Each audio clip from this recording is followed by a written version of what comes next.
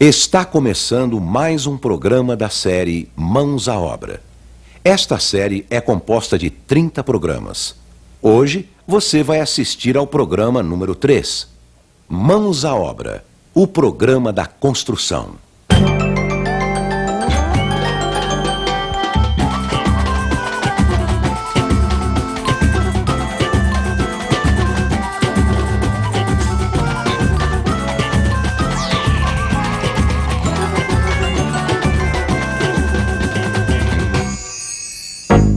No programa anterior, vimos quais os cuidados que você deve ter na hora de escolher um terreno.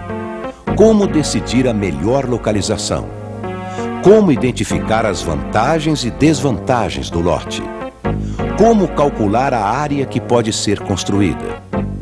Quais as providências que você deve tomar na prefeitura. Mãos à Obra. Programa 3. O projeto.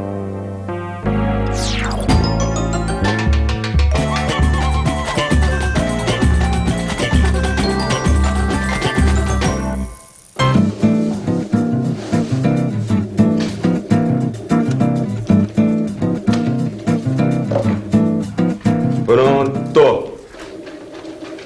A medida está perfeita. Agora é só fazer o furo e colocar os parafusos. Vê lá, hein, Pedrão? Vai colocar essa prateleira torta. Não, que isso, Leila. Pô, não confia mais na categoria do Pedrão? Tá se esquecendo de tudo que eu já fiz aqui em casa? Claro que não, seu bobo. Eu tô só brincando. É que é bom caprichar, né? Porque depois você faz errado, tem que consertar, vai ser mais difícil. Não. Não tem crise. Com a ajuda da minha fiel companheira, isso não vai acontecer. Lembra quando eu fui medir lá o terreno? Claro que eu lembro. Me lembro como se fosse ontem. Você queria conferir as medidas que estavam na escritura e checar se o terreno não era torto. Eu não sabia como era o jeito certo de medir um terreno. E fui logo passando um barbante em volta do lote. Parecia que ia dar certo. Era só esticar o barbante nas laterais, na frente e no fundo, e depois medir o barbante e tudo bem. Eu teria a medida certa do terreno.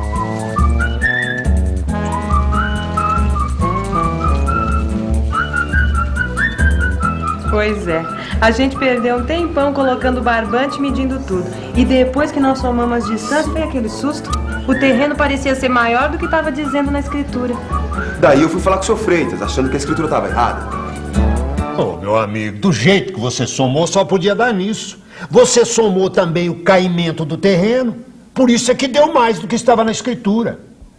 A medição certa do lote tem que ser feita na horizontal. Como assim na horizontal? Horizontal significa no mesmo plano, no mesmo nível. Imagina a seguinte situação. Você tem dois lotes com o mesmo comprimento, só que um é plano e o outro é muito inclinado. Se você não medir na horizontal, o terreno inclinado vai parecer ser muito maior que o terreno plano. Entendeu? Opa, agora sim ficou claro. Agora como é que eu faço para medir um terreno inclinado? Tem um jeito fácil que os pedreiros usam muito. É o seguinte. Os pedreiros fazem assim. Pegam dois sarrafos e cravam um em cada trecho do terreno que se quer medir. Para colocar o sarrafo retinho na vertical, precisa fazer um ajuste com um prumo. O prumo é um cordão com um peso amarrado na ponta e serve para mostrar qual é a posição vertical correta. Depois os pedreiros colocam entre os dois sarrafos uma mangueira cheia de água e tampada com rolhas nas extremidades. O pedreiro que está no ponto mais alto segura uma ponta da mangueira num dos sarrafos. O segundo pedreiro vai encostar a sua ponta no outro sarrafo, procurando manter o nível horizontal. Aí eles tiram as rolhas e vão ajustando umas das extremidades até que a água fique estabilizada nas duas pontas. Quando a água parar de mexer, é só marcar o ponto no sarrafo que está garantido o mesmo nível. Puxa, que sacada, hein, seu Freitas? Mas aí o que se faz depois? Aí é só medir a distância entre dois pontos marcados nos sarrafos e tudo bem. Para medir, basta usar uma boa trena com o comprimento suficiente ou mesmo um barbante bem esticado entre os dois pontos marcados nos sarrafos. Mas, seu Freitas, e se o terreno for muito comprido e inclinado? Não tem problema, é só fazer a mesma coisa. Quando o terreno é muito inclinado, você tira as medidas por partes e aproveita para medir a inclinação, o caimento do terreno. Assim, olha, Vamos supor que nós vamos medir o terreno em 3 partes. Primeiro, vamos ver o comprimento. Se a primeira parte tiver 7 metros, a segunda tiver 8 metros e a terceira tiver 5 metros, então o comprimento total do terreno é de 7 mais 8 mais 5 igual a 20 metros, certo? Agora vamos medir o caimento. Se a primeira parte tiver 50 centímetros de caimento, a segunda tiver 60 centímetros e a terceira tiver 40 centímetros, então a declividade total é de 50 mais 60 mais 40 igual a 150 centímetros. Ou seja, 1,5 metro de caimento.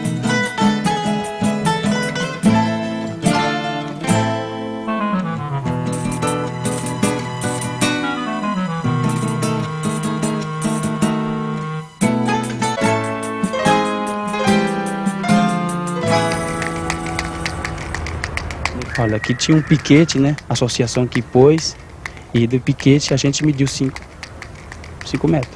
Através da planta, né? Vai, mede o fundo, né? O fundo, o comprimento com a largura.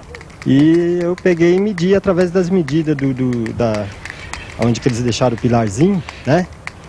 Eles deixaram o pilar e eu medi 8 metros, que seria o meu, né? Você vai bater o piquete, que eu expliquei, puxar o outro, esquadrejar seu terreno. Correto?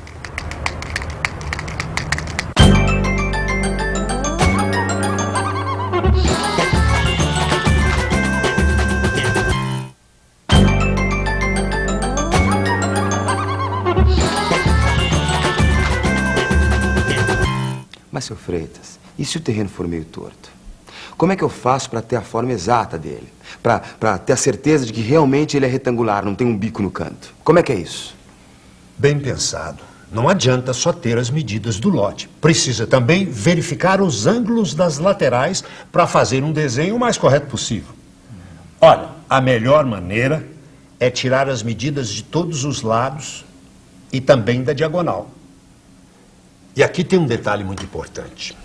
Na hora de desenhar, você precisa adotar uma escala para que o seu desenho seja proporcional ao tamanho natural do lote. Por exemplo, na escala de 1 para 100, 1 centímetro no papel é igual a 100 centímetros no terreno, ou seja, 1 metro. Se um lado do terreno tem 20 metros, você vai desenhar uma linha de 20 centímetros. Na mesma proporção, você vai marcar um lado e depois a diagonal até fechar um triângulo. Depois é só marcar os outros 2 lados até fechar o desenho do terreno. Nas extremidades, você pode anotar os níveis para saber o caimento. Pronto, aí está o seu terreno. Depois das dicas do seu Freitas, a gente fez o desenho do terreno direitinho e aí passamos para a próxima fase, pensar a planta da casa. Falando em próxima fase, Pedro, o que é que você acha de fazer logo esses furos na parede, hein? Senão essa prateleira não vai ficar pronta nunca. Calma, meu amor. O que é isso? Pra que tanta pressa? Tem tempo, calma. Se lembra quando a gente estava pensando no desenho da planta da casa? Como a gente fez tudo com calma, devagar, tranquilo? Poxa. É verdade, Pedro. Eu sou meio apressadinha assim, viu? Mas você é muito sossegado, Pedro. Se eu não fico no seu pé, não fica nada pronto, viu? Fui eu que insisti pra você ir na prefeitura tomar informações. Daí você descobriu um monte de coisa que a gente não sabia.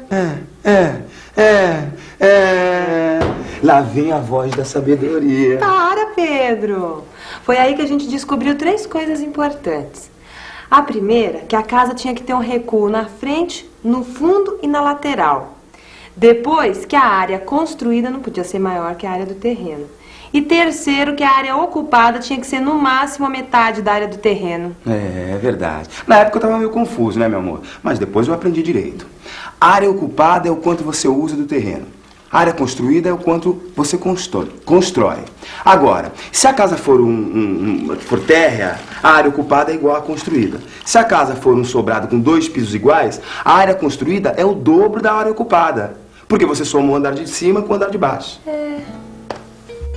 No nosso caso, o terreno tem 5 metros de largura por 20 metros de comprimento. E a área total é de 100 metros quadrados. Pela legislação da prefeitura, a área ocupada pela casa devia ser no máximo igual à metade da área do terreno, quer dizer, 50 metros quadrados. Como a gente tinha que deixar um recuo na frente de 5 metros, um recuo no lado de 1,5 metro e um recuo no fundo de 5 metros, sobraram quanto? 35 metros quadrados. Bom, até aqui tudo bem, não é, Pedro? Porque a área ocupada é menor do que os 50 metros quadrados que a prefeitura permite no nosso caso. Como a gente resolveu fazer um sobrado, a área construída é de 2 vezes 35, ou seja, 70 metros quadrados. Bom, ainda assim é menor que 100 metros quadrados, que é a área total do nosso terreno. Então tudo bem, não tinha problema. Mas mesmo depois de ter decidido o tamanho da casa de acordo com o tamanho do terreno, eu ainda me sentia meio perdido. Eu não sabia de que lado a casa deveria ser feita. A disposição dos quartos, aonde colocar as janelas. É verdade, Pedro. Nessa hora é muito importante a gente conversar com a vizinhança, né? E observar o terreno, assim, em vários horários diferentes. Lembra que eu conversei com a dona Diva? E ela me disse que o quarto dela era muito quente no verão e muito frio no inverno? Pois é, foi aí que eu percebi a importância de construir as janelas dos quartos pensando no lado que bate o sol, né? Pra ele poder esquentar no inverno e ficar fresquinho no verão.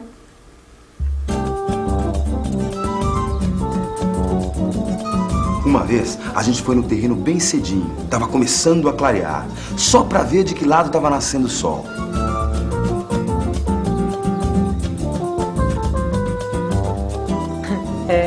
A gente parecia 2 adolescentes apaixonados que tinham ficado a noite inteira acordados esperando o sol nascer.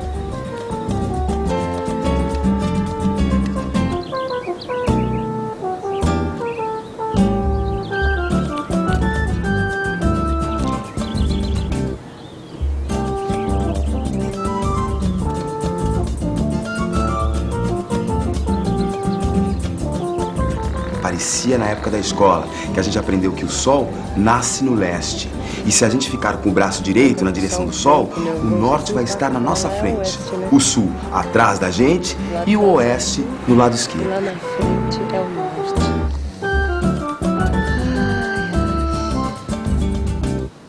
Que delícia, né? Estão precisando fazer outra dessa de novo. Nem pensar, Pedro. A gente não tem mais idade pra isso, não. Opa, tá me chamando de velho? Na mola, Pedro. Vamos voltar aqui pro que interessa. Naquela época, a gente descobriu que o ideal é orientar a posição das janelas o mais próximo possível no sentido do norte. Pelo menos evite o sentido sul, porque senão a sua janela vai ficar pro sul e aí você vai receber os ventos frios do inverno e não vai tomar sol. Essa é a pior situação para um quarto, gente. Porque bem na época do frio, quando você estiver precisando do sol para esquentar, seu quarto não vai receber o sol e ainda vai ficar mais frio ainda com vento. Depois de visitar várias vezes o terreno e examinar a vizinhança com atenção, nós fizemos um desenho colocando todas as informações importantes. Você se lembra quais são, Lila? Claro, Pedro. Eu que desenhei. Primeiro, a gente coloca no papel onde fica o norte do terreno. Depois, se tem alguma construção dos lados e qual a distância. Onde fica a calçada e qual a largura. Onde está a rede de esgoto e de água, a boca de lobo e o bueiro da rua. E se tem alguma árvore ou algum poste na frente da casa. Porque senão você pode pensar em construir uma garagem e aí tem um poste bem na frente. Nessa hora, você já vai anotando de que lado fica a melhor vista ou se tem alguma coisa que precisa ser evitada. Depois, com o desenho completo, você pode começar a pensar no espaço interno que cada cômodo vai ocupar e fazer a planta da casa. A planta.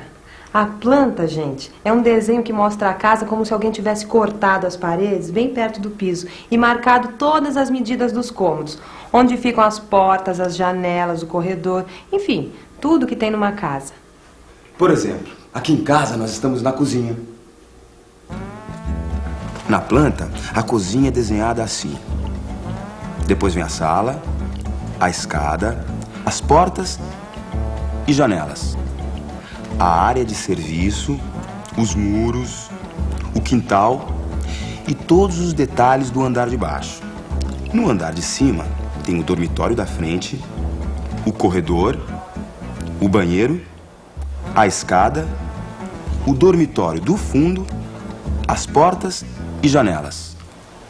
Quando você fizer o projeto da sua casa, você deve experimentar de várias maneiras diferentes como ocupar bem o espaço interno. Só depois que você decidir qual o melhor projeto, daí sim você deve procurar um profissional, ou um engenheiro ou um arquiteto, que ele vai preparar a planta que você vai levar na prefeitura. Pois é, e eu achava que bastava fazer a planta e construir a casa. Mas aí o seu Freitas me deu um toque importante. Pedro, é a prefeitura que controla as construções que são feitas na cidade, de acordo com as leis municipais. Então, para poder começar a construir, você precisa primeiro aprovar o projeto na prefeitura, que tem que estar assinado pelos proprietários e pelos responsáveis técnicos da obra. Esses responsáveis são os nomes que a gente vê nas placas na frente das construções? Exatamente. Pode reparar o que está escrito nessas placas. E se eu não fizer isso, o que acontece? Você pode ter sua obra paralisada por algum fiscal da prefeitura ou ter problemas na hora de legalizar os documentos da sua casa. Em todo caso, não custa nada se informar antes. Em alguns lugares, a própria prefeitura indica um responsável técnico para ajudar a legalizar a obra. Ô, seu Freitas, o senhor manja de tudo, hein? Valeu, hein? Por mais essa dica. Ah, que isso. É um prazer poder ajudar um amigo. E depois, é assim que a gente vai melhorando a nossa cidade. Já imaginou se todo mundo fosse fazendo o que bem entendesse, construindo de qualquer maneira a bagunça que seria? Afinal de contas, a cidade também é a nossa casa, é ou não é?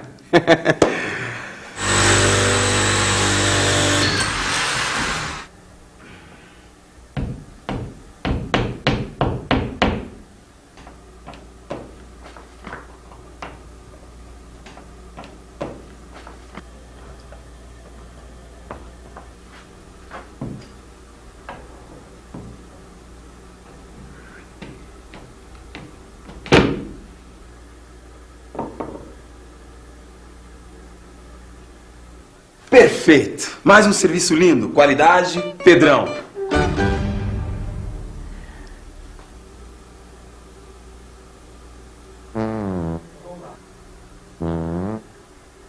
Sei não, Pedrão. Eu acho que o lado direito tá mais torto. Que nada, lá vem você, imagina. Tá certinha, pô. No próximo programa, você vai ver tudo o que é preciso fazer para iniciar a obra. Não perca. É muito importante que o sol entre na casa. E com a entrada do sol eu acho que fica melhor. Fica bem mais claro, né? Economiza eletricidade. Ah, porque pega a luz do sol, né? Aí melhor por causa da claridade no quarto, né? É, para ela ficar mais quente, o sol bater em posição a ela para ficar um pouco quentinho, né? Como é que faz para limpar o terreno? Separando a sujeira, né? Colocando a sujeira no lugar onde que pode depois pegar, né? Comecei a nivelar o terreno, logicamente, né? Que a minha intenção é fazer uma casa com um sobrado, né? Limpar o terreno, segundamente a nivelar, para depois começar a construção. Faz a limpeza, tira o mato, os tocos que tem no terreno, você arranca, carrega no caminhão e transporta. Como é que faz para limpar o terreno? Separando a sujeira, né? Colocando a sujeira no lugar onde que pode depois pegar, né? Comecei a nivelar o terreno, logicamente, né? No programa de hoje, vimos quais as etapas para fazer o projeto de uma casa. Como medir o terreno. Como fazer o desenho do terreno. Como fazer a planta da casa. Quais as providências que você deve tomar na prefeitura. Qualquer construção ou reforma exige a participação de um profissional habilitado responsável pelo projeto e pela execução da obra. Procure a prefeitura ou o CREA para obter mais informações a respeito.